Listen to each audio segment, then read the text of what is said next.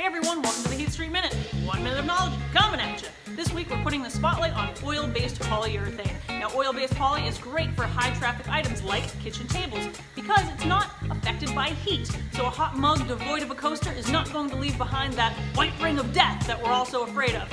Now the dry times with oil-based finishes are typically longer, slower than their water-based counterparts. And although you can apply it right on top of latex or acrylic paint, it is probably going to add that yellow or amber hue, especially if it's a lighter color piece. Now, to apply it, you're going to want to use a natural bristle brush or a rag.